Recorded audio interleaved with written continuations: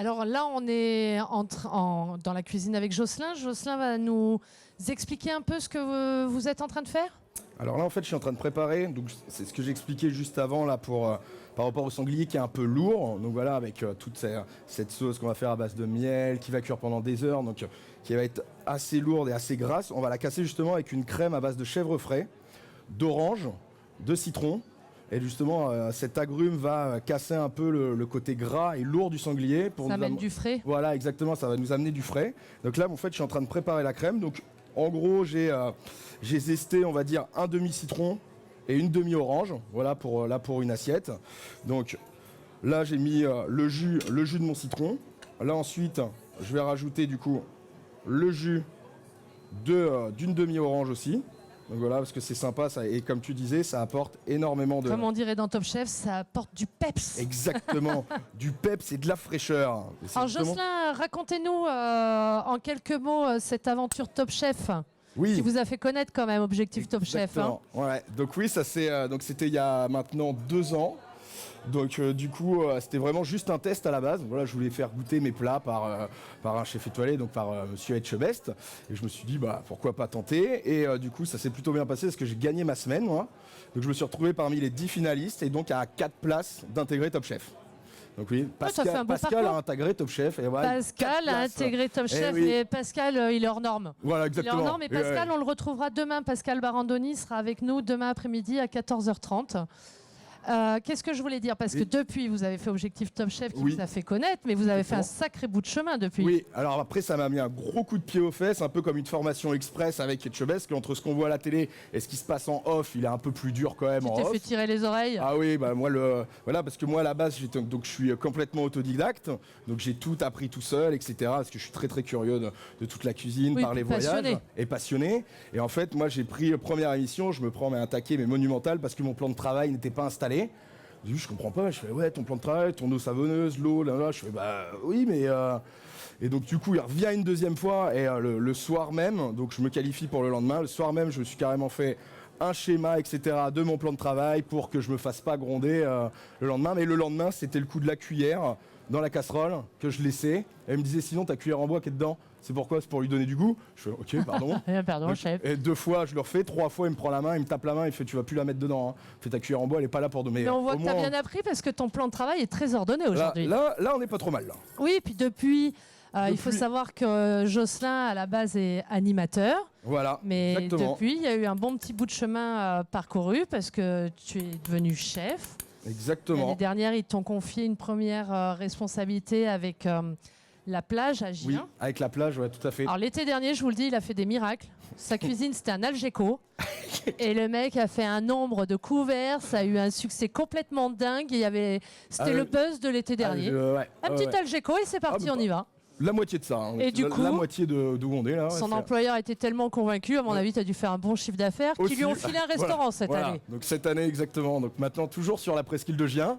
Et donc là dans l'autre Bellambrac au niveau de la Capte. Donc là on a une superbe plage à peu près avec 100-150 places, vue sur la mer dégagée, c'est incroyable. Le spot est vraiment fou. Après vous pouvez le retrouver sur Google, c'est le restaurant La Plage du Riviera Beach. Et vraiment et donc on fait tout ce qui est salade fraîche par rapport aux produits de saison aussi en ce moment. On a des braseros différents, donc avec différentes marinades. On va avoir des gambas au curry massaman. On va faire des brochettes d'araignée de porc au saté, etc. Après, j'ai une grosse passion pour l'Asie, ayant énormément voyagé en Asie. Donc, je fais énormément de mix avec l'Asie. Et franchement, ça marche déjà très très bien. Donc là, on a ouvert maintenant depuis 2 semaines. Je suis toujours pas venu. Et voilà.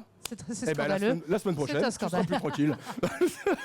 Je peux vous dire, il a bossé sa carte tout l'hiver. Tout l'hiver, il m'a envoyé des photos. Exactement. Il a bossé parce que c'est un travailleur, un acharné, un passionné, matin, midi, soir, nuit, il cuisine. Nuit, et oui, comme pour aujourd'hui. Oui, comme aujourd'hui, voilà, c'est ça. Alors, on en est où? Chèvre, donc qu'est-ce que tu fais là? Donc là, j'ai rajouté le jus d'un demi-citron, le jus d'une demi-orange, le zeste de l'orange, le zeste du citron. À ça, je rajoute mon chèvre frais. Donc voilà, du chèvre frais. Et à ça, je vais lui incorporer, donc je le laisse bien s'incorporer avec le jus de citron et le jus d'orange. Donc là, on peut déjà sentir les agrumes. Là, on est en train de préparer la chantilly de chèvre frais aux agrumes. Hein, pour ceux qui ont la recette dans les mains. Donc là, après, vous pouvez la faire aussi bien au robot, etc. Moi, j'aime bien la faire comme ça à la main. parce que comme ça on peut mieux gérer la texture que si on le fait au robot pâtissier. On a souvent quelque chose qui est un peu plus lourd. Moi j'aime bien quand il reste un peu de morceaux et que c'est un peu plus léger. Mais là on sent, moi j'adore le chèvre agrumes.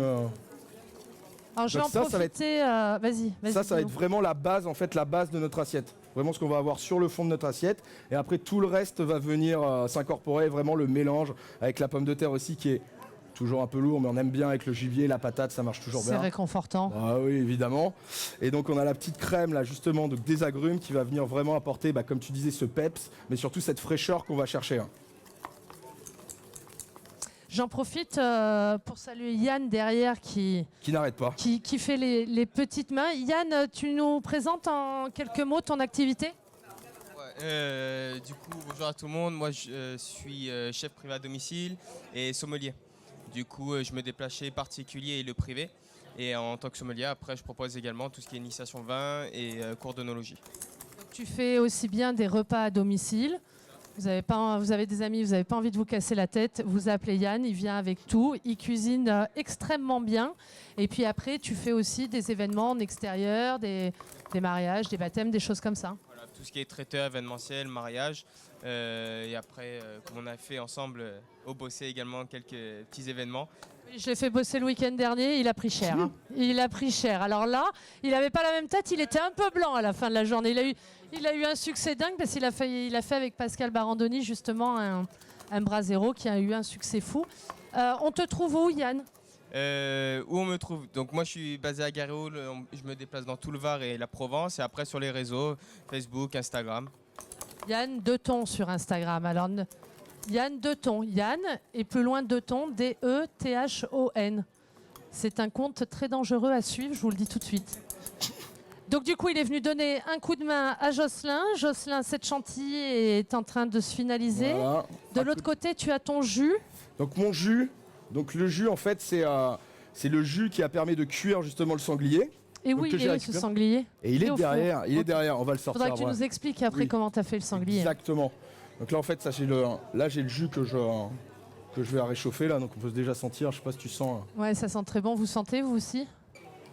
Donc le jus, tu as récupéré ton jus de cuisson du sanglier et après tu en as fait quoi ? Et après en gros je l'ai fait réduire pendant une bonne heure et demie, 2 heures pour vraiment qu'il s'intensifie, qu'il soit presque liquoreux pour venir justement après garnir avec le chèvre, avec les pommes de terre, amener justement la gourmandise dans l'assiette quoi. Et vraiment on en cherche presque, c'est presque on est presque sur du sirop. Ouais, c'est vraiment ça. Ouais. Et donc pour revenir sur le sanglier maintenant, parce que c'est quand même... Il y a 2 pages. C'est quand même l'élément principal quand même. Et oui, le sanglier. Où est cet animal ? L'animal est là. La bête. La bête est là. Hein. Te brûle pas, hein ? Non. Donc là, justement, on va voir... Hop là. Donc là, voilà la bête. Alors, il va falloir ramener du monde à la démonstration, parce qu'il y a de la quantité pour... Ah bah là, on fait pas des... Tiens, mets-le là-bas si tu veux bien, que ce sera mieux pour la caméra. Hop, et voilà. La caméra dans la gamelle, et on va voir de quoi on parle. Donc voilà, tout a été... Donc j'ai tout effiloché en fait. Et donc on va voir, parce que je vous ai laissé justement ce morceau-là pour que vous vous rendiez compte qu'au bout de 6 heures, parce que c'est quand même cuit pendant près de 6 heures à 140 degrés, voilà. Donc juste avant en fait, pour vous expliquer le procédé... un peu le déroulé, comment t'es arrivé à ça. Je suis arrivé à ça. Donc en fait, là-dedans, on a 2 cuisseaux de sanglier. Donc j'ai juste huilé, salé, poivré, un peu de paprika tout autour. Ensuite, j'ai marqué dans ma cocotte de chaque côté les cuisseaux de mon sanglier que j'ai retiré. Et ensuite, j'ai fait revenir tout ce qui était ail, oignon, thym, romarin. Et ensuite, j'ai retiré ceci. J'ai remis dedans le sanglier que j'ai mis à hauteur avec donc, un bouillon de volaille et le mélange. Donc, moi, là, dans celui-ci, j'ai fait sirop d'érable, miel, érelle, sel, poivre. Point. Donc, en fait, on a une espèce de pâte où on va enduire tout le cuisseau du sanglier, plus le jus de volaille à hauteur. Après, on recouvre. Moi, je le laisse entre 5 et 6 heures. 5 et 6 heures à 140 degrés, vraiment pas plus de 140 degrés. Et après, vous avez vraiment donc, cet effiloché-là quand vous faites à la main. Et c'est justement, vous allez voir là, donc j'ai gardé justement ce petit morceau où on a l'os. Et vous voyez l'os, ça c'est vraiment du beurre. Donc là, on a vraiment vraiment le... Parce qu'on est quand même sur du gibier, sur quelque chose, mais plus ça cuit. Et c'est vraiment le même principe que le pulled pork. Vraiment, on a quelque chose après de très tendre et après, en fait, ça s'imprègne des différents épices qu'on a. Après, il y a vous pouvez utiliser plein d'épices, même simplement juste avec du miel, de l'ail, ça suffit. Hein. Et après, vous avez vraiment quelque chose qui est vraiment très doux en bouche et on a même plus l'impression de manger du gibier. Vous pouvez le faire avec du chevreuil aussi, par exemple. On va faire un petit clin d'œil du coup parce que c'est la fête de la ruralité. Oui. Et raconte-nous d'où vient ce sanglier, parce qu'on est sur du sanglier de chasseur. Hein. Alors là, on est sur du pur sanglier de chasseur. Donc, je connais très bien donc, le patron du Provençal à Gien. Je ne sais pas si vous connaissez l'hôtel du Provençal à Gien. Et donc, Damien. Établissement très connu, établissement familial depuis 3 générations. Et donc, j'ai appelé moi Damien il y a 15 jours. Je fais, ouais, est-ce que tu aurais du sanglier par hasard? Il fait, bouge pas, je te rappelle demain. Donc, le lendemain, il me rappelle, il me fait, t'inquiète, pas de souci. Donc, je vais le chercher ce mercredi. Et je lui fais, mais du coup, tu l'as eu où? Et ben, il fait, celui-là, pur produit varois, c'est papa qui l'a tué à la chasse. Donc pour la petite histoire, voilà, il vient, donc c'est Monsieur Piffet, donc qui a tué le sanglier dans le Haut-Var. Et donc là, c'est vraiment du pur produit varois. Puis il y a encore des belles histoires de partage. Voilà, exactement. Donc là, tu effiloches ton sanglier. Voilà, alors, pour arriver à ce résultat, vous avez la recette. C'est pas compliqué. Non. Honnêtement, c'est pas compliqué. On marque la viande dans la cocotte. On assaisonne, on met soit des épices, soit ça marche aussi avec les herbes de la garrigue. Ça marche avec tout ce qu'on veut. Et puis tu mouilles avec du bouillon de volaille. Exactement. Et puis on met au four. Voilà. On met au four. Et après, on l'oublie. On avait juste... le four, tu le mets à combien? 140. 140. Ouais, 140 degrés. Voilà. Jamais plus de 140 degrés. Non, sinon ça dessèche. Ouais. Donc il faut laisser cuire lentement, longtemps. Chloé a une question. Alors, quel morceau? Cuisseau. Cuisseau, cuisseau? Cuisseau, ouais. Moi, Après, je l'ai fait aussi avec le rôti. aussi. Ouais. Je l'ai fait avec le rôti aussi. Et ça passe très bien aussi. Hein. Ouais. Est-ce qu'avec l'épaule, ça marche? L'épaule, ça passe aussi. Hein. Mais je pense, comme toutes les viandes confites... Comme avec l'agneau. Hein. Moi, je le fais avec du cochon et je prends quoi comme morceau? Je prends un morceau pas cher, là, de cochon. Je prends l'échine. Ouais, de l'échine, voilà. Ouais, avec l'échine. Hein. Moi, je le fais avec de l'échine de cochon, sanglier. Après, le tout, je pense, c'est pas tant le morceau. Alors, l'idée, c'est de prendre un morceau pas trop noble, pas trop cher. Et ce qui fait la magie, c'est de le laisser 3-4 heures effilocher. Et on a le petit... C'est presque satisfaisant de l'effilocher. C'est totalement satisfaisant, tu veux dire. Il n'y a rien à faire. Il n'y a rien qui... Un coup de fourchette et c'est parti. Et donc après, avec ça, donc, on a notre petite pomme de terre, du coup. Alors ça va être génial. Dans notre petite pomme de terre. J'ai compris la recette hier soir. Normalement, vous avez tous un gaufrier chez vous. Oui. Non, vous n'avez pas de gaufrier. Faites-vous le offrir. Eh ben, je vais vous donner le mien avant de partir. Voilà, comme ça. Donc juste le gaufrier, bien chaud. Et en fait, tout simplement, donc là, je suis sur des petites pommes de terre, pas trop grosses non plus, évidemment. Sauf si vous avez un énorme gaufrier, voilà. Mais juste, on les cuit 10 minutes à l'eau, juste avec les petits aromates. Donc moi, j'aime bien mettre du thym, romarin et tout, comme ça fait une salinité naturelle aussi quand on cuit ces pommes de terre. Alors ça, tu vas me dire, les pommes de terre cuisson, on plonge les pommes de terre dans l'eau bouillante ou on fait un départ à froid? Départ à froid. Départ à froid. Donc casserole, on met les patates dedans, un peu d'ail. Tu valides ou pas? Ouais. Alors, tous les produits de la terre. Ça en dessous de la terre, c'est à froid. Au-dessus, c'est départ à chaud. Et oui. Ah mais ça, c'est un délire. Donc les produits qui sont dans la terre, départ à froid, donc casserole d'eau, la patate dedans. Donc ça marche, la patate douce, départ à froid. Ouais. Qu'est-ce qu'on a d'autre? Carottes, départ à froid. Et tout ce qui est au-dessus, départ à chaud. Donc on fait bouillir l'eau et après on met son produit dedans. Et oui.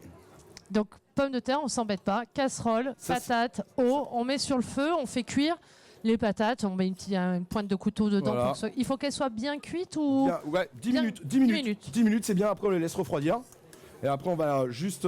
Donc là, et c'est là où, en relisant la recette hier, je lui ai dit, t'as oublié d'éplucher les patates. Et non, Marie. Non, il n'a rien oublié. Eh non, je n'ai rien oublié. C'est moi qui n'avais rien compris. Ah, je ne l'ai pas dit. Oui, mais tu l'as pensé tellement fort. Donc les patates, pas épluchées, c'est hyper facile, voilà, c'est génial. Voilà, c'est ça. C'est que là, vraiment, c'est une recette qui est très simple. Comme ça, on passe pas trop de temps à la cuisine. Bon, après les patates, c'est un peu plus long quand même avec le gaufrier. Mais, donc du coup, juste Voilà, on va enduire nos pommes de terre. Juste d'huile pour que justement ça ne colle pas dans le gaufrier. Juste pour remettre. Hop. Les petits gants. Et vraiment, et comme ça, on va avoir, ça va être, visuellement, ça va être joli, ça va être croustillant, et en fait, à l'intérieur de la pomme de terre, ça fait un peu comme de la purée. Ça va te faire comme une espèce de purée dedans. Hein. Oh là là, mais là, on a faim. On est à l'heure du déjeuner, on a faim. N'hésitez pas à nous rejoindre, à venir voir le déroulé de cette recette qu'on dégustera dans un instant. Je vais te laisser expliquer tes pommes de terre et après je passerai le micro à Roland qui nous parlera un petit peu du vin qu'il a choisi pour aller avec ton sanglier façon poulet de porc. Mais raconte-nous tes gaufres de pommes de terre. Donc là, j'ai fait chauffer mon gaufrier là juste avant pour vraiment gaufrier très très très très chaud. Et après, donc tout simplement, je vais venir mettre mes petites pommes de terre dans mon gaufrier. Hop. Et comme ça, on n'hésite pas à bien l'huiler pour que ça n'accroche pas dessus. Et tout simplement, pas trop non plus. On vient pas l'écraser complètement, vous voyez. Je me suis arrêté un peu. Et là, on l'entend. Vos premiers rangs, vous l'entendez. Voilà, exactement. Et donc ça, on va les laisser 3-4 minutes, pas plus, en gros, dans le gaufrier. Ah, tu me l'as. T'en as un à la taille. Ah bah voilà, je savais bien que j'en avais un. Tu m'as piqué tous mes torchons, c'est bon. coquin. Et donc là, on les oublie, vous allez voir, ça va les marquer. Et en les ressortant, on va avoir cette petite marque de gaufre dessus. Et vraiment, elle va être toute fondante à l'intérieur. Et l'extérieur un peu croquant. Et c'est ça qui est sympa. Après, on peut faire... je vous le dis, avant la fin du week-end, je le refais chez moi. Enfin, ou juste lundi, peut-être. Mais ça, je vais refaire. Ou ce soir, non? T'as pas le temps ce soir? Non. Non, t'es sûr? Je dors un tout petit peu ce soir, avant de revenir demain matin aux aurores. Regarde, là, c'est pas mal. Surtout... On attend un peu, faut qu'on attende un peu vraiment que ça... Est-ce que notre caméraman a du fil pour venir dans le gaufrier? Et là pareil, donc on voit que le jus là a encore réduit, Marie. Tu fais réduire. Ouais, donc on voit que là on a vraiment sur... Et là... Julien, est-ce qu'on allait un peu avoir le gaufrier? Crois-tu? Et attention... Ça chouchoute. Ça chouchoute encore un peu. Tu vois, là déjà, tu vois... Oups, pardon. Donc tu vois, là, on a déjà la marque. On va le laisser encore un peu. Donc après, si on veut vraiment, pour que ça le colore bien, hop, on ajoute, de toute façon, l'huile d'olive. Ça fait pas de mal. Exactement. Oh là là. Et là, hop. Et là, on l'entend. Et en fait, surtout, de pas l'écraser jusqu'au bout. Oh là, ça, c'est beau, ça. Vous ne seriez pas journaliste culinaire? On se croirait chez Petit Renaud, dis donc. Exactement. Oh là, ça chante dans le gaufrier. Ça met l'eau à la bouche. Donc vraiment, non, c'est sympa. Après, même avec les enfants, voilà, c'est ludique aussi de le faire. C'est vrai? Avec... Ben oui, parce que... Et toi, tu l'as fait avec ta fille? Exactement. Voilà. Donc oui, elle cuisine beaucoup avec ma fille de 3 ans. Donc voilà, qui est déjà accro à ça. Tu l'as pas amenée? Et si, elle est là. Elle est où? Elle court là. Mais où? Là, Agathe. Oh, mais viens, Agathe. Non, elle fait ça timide. Oh, Agathe, dis, tu passes à la télé, viens pas nous dire que tu es timide. Tu as déjà fait les gaufres avec papa, Agathe? Tu as déjà fait les gaufres avec papa? Hein? Oui. Ah, petite mère, elle est trop mignonne. Elle va avoir un bon palais. Voilà. Ah oui. Oui, elle va avoir un bon palais. Et donc là, ça y est, on a vu que ça commence à colorer. Donc là, on est pas mal. C'est bon. Attends, là, je vais faire une... Je veux une petite photo. Attends, je te le réchauffe comme ça. Allez. Donc après, visuellement, c'est sympa. Et comme je vous dis, ça amène un peu de vie et tout dans l'assiette aussi. Ce qui est sympa, c'est qu'on a le côté croustillant. Et voilà, si vous avez vos petits-enfants, par exemple, le week-end, on va faire des gaufres de pommes de terre. Génial. Voilà. Mais tu sais que moi, quand j'ai vu ta recette, je me suis dit, malheur, il y en a 2 pages. Et en fait, c'est pas compliqué. Non. C'est pas compliqué. On jette son sanglier dans le four. Les pommes de terre, on sait faire cuire des patates, on les jette dans le gaufrier. Petite chantilly, c'est recette très sympa, effectivement, à faire en famille. Et puis Et on change en fait on change aussi le traditionnel cuisseau qu'on peut faire de sanglier juste au four ou juste à la broche, etc. D'une autre façon. Très aussi. bien. Voilà. Si vos maris sont chasseurs, vous allez leur dire bouge pas, on va faire autrement. On va faire autrement. Là, elle est parfaite, là. Voilà, elle est... Petit jus sirupeux. C'est quoi l'intérêt, Jocelyn, de faire réduire le jus? C'est qu'on va avoir tous les arômes qu'on avait dans le jus qui vont se concentrer.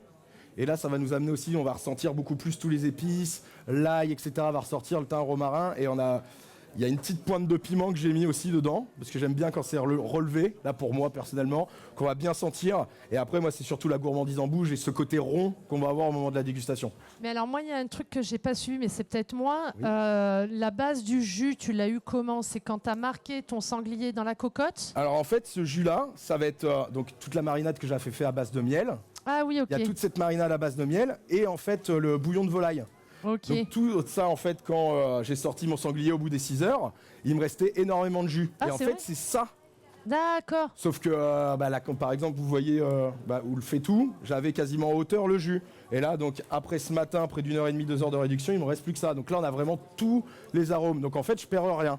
Super. Du coup, tout est récupéré dans cette recette. On en revient à ce que disait Benoît Witz ce matin. On ne jette rien, on utilise tout parce que il y a eu un chasseur qui s'est embêté à aller chasser le sanglier. Exactement. Donc il faut l'utiliser de A à Z et puis ça fait un super jus. Donc tu vois, je refais pas un jus à part en plus où je pourrais utiliser non, c'est ton jus de cuisson. Tout des carottes pour faire une base aromatique, etc. Et faire un jus. Non, c'est vraiment ce que j'avais dans ta cocotte. Voilà, exactement. Okay. Donc là, si tu veux, on peut passer au dressage si tu veux. On va passer au dressage, allons-y. Hop, donc là, tac. Pendant que Yann, derrière, s'acharne à vous préparer les petites portions de dégustation. Il y aura même du rab, je pense. Ouais, je pense. Je suis généreux.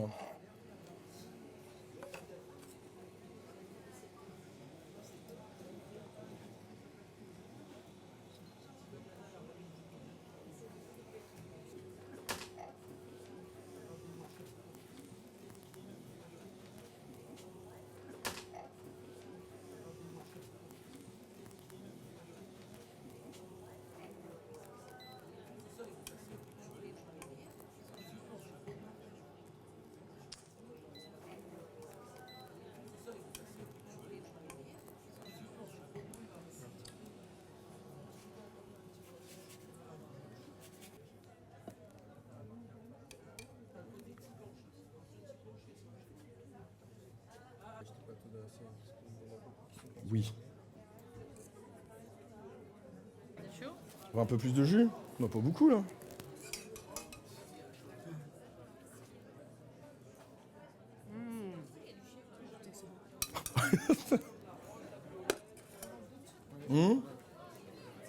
C'est réconfortant. C'est hyper bon surtout. Qu'est-ce que vous en pensez? Une tuerie, on est bien d'accord. Bon, tant mieux. Tout le monde valide? Avec le chèvre, c'est délicieux. Ouais. C'est vrai que le chèvre allège et rafraîchit. Ouais, voilà, et casse un peu ce qui est lourd du pulled pork avec la pomme de terre. Il y a cette fraîcheur qui vient avec les agrumes. Non, puis ça équilibre bien le côté un peu sucré de la sauce. Non, franchement, bravo Jocelyn, bravo. Merci beaucoup. Là, tu l'as froide, là. Du coup, un peu chaude qui sort du four, mais le tout, le jus est... c'est souvent le jus, de toute façon, le jus, c'est...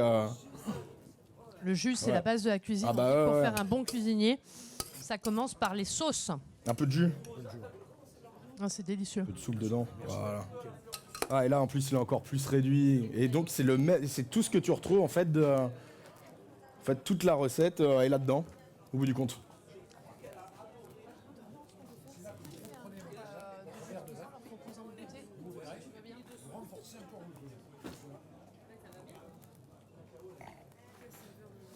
Roland, ça te plaît? Ça reste en bouche. Normalement, le jus reste en bouche. Je suis resté sur évidemment du sanglier plutôt traditionnel dans sa préparation dans sa cuisine. Là, je reconnais qu'au niveau des saveurs, on a quelque chose de totalement différent. Et effectivement, ça peut intéresser beaucoup de personnes qui ne sont pas habituées à manger du sanglier. Ça, c'est extraordinaire. Quoi. La prochaine fois que tu vas à la chasse, tu tentes cette recette? Je ne sais pas si je pourrais leur dire ça aux chasseurs. Mais oui, là, ça permet d'en faire manger à tout le monde, par exemple. Oui, c'est vrai. C'est ça, le repas de dimanche, le sanglier, et voilà, comme ça, tout le monde peut en manger. C'est génial. Bravo Jocelyn. Merci beaucoup. Oui. Ah oui, tout à fait. Ouais. Même le chevreuil aussi, là, j'ai ma sœur qui qui a testé justement ce week-end le chevreuil. Et c'est pareil, c'est vrai que c'est pas mal, quoi. Pareil, le même temps de cuisson. Et après, c'est toujours pareil. Ou alors, si par exemple vous le faites tard le soir, et vous pouvez faire 2h30 par exemple la veille, et le lendemain, si par exemple vous savez que vous allez manger à 13h, vous le remettez le matin pour l'autre partie, et c'est pas grave si c'est pas fait sur un bloc. Et après, plus elle est réchauffée, après ça... Et c'est ça, c'est qu'au niveau de la cuisson, on peut pas trop se tromper. On n'a pas de... sauf si vous ne faites pas assez cuire, dans tout là, ça sera pas bon. Mais si ça pousse un peu... tant qu'elle a toujours le jus, la viande va continuer à boire et elle va devenir de plus en plus somptueuse. Moi, je vois la petite Agathe qui se régale. Hein. Ouais, c'est bon. Agathe a validé. Merci beaucoup, Jocelyn, d'être venu nous voir. Merci pour cette belle recette. Je te le dis, je faisais un poulet de porc à l'américaine. C'est bon, je jette ma recette, je fais la tienne. Parce que ton jus est... Le sanglier. Rien à voir, rien à voir. Mais je tenterai avec Alors moi, je sais pas si je vais trouver un sanglier comme ça, mais avec du cochon, je vais tenter parce que rien à voir. Il y en a plein le congé. Super recette, une fois de plus, que vous retrouverez aussi sur YouTube, parce que toutes les recettes sont filmées. Donc après, si vous voulez les refaire, alors là, vous les avez écrites, mais si vous voulez revoir tout le déroulé, il y aura sur la chaîne de la Foire de Brignoles, sur YouTube, vous retrouverez toutes les recettes. Pas tout de suite, il faut laisser le temps à Chloé et à Servane de les mettre en ligne, mais il y aura tout ça en ligne prochainement. Merci Jocelyn. Merci beaucoup Marie, merci à tous. Je vous dis bon appétit à tous. Il y a un peu de rap, donc si, il y a du rap, si vous voulez. S'il y a du public dans les allées et des exposants qui veulent goûter, on va faire un tour. Mal, hein. Et on vous retrouve à 15h15 avec Raphaël Linossier qui nous fera...